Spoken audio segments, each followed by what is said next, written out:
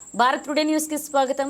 తెలంగాణలోని ప్రసిద్ధ పుణ్యక్షేత్రమైన వేములవాడ శ్రీ రాజరాజేశ్వర స్వామి ఆలయంలో దాదాపు 500 మంది అర్ధమండల శివదీక్షలు స్వీకరించారు. శివస్వాములు ఓం నమః శివాయ నామస్మరణతో ఆలయం మారుమోగింది.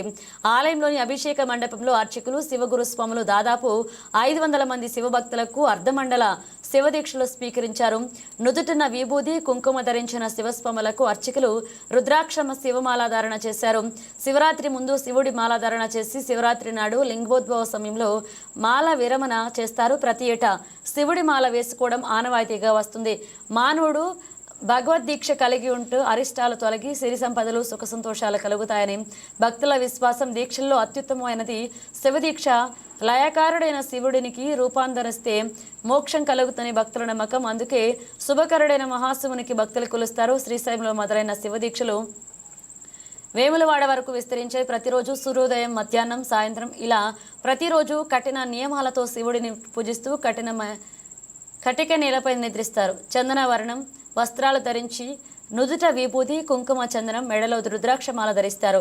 దీక్షా సమయంలో మంచి నియమాలు పాటిస్తే సంపూర్ణ ఫలితం లభిస్తుందని అర్చకులు తెలియజేశారు.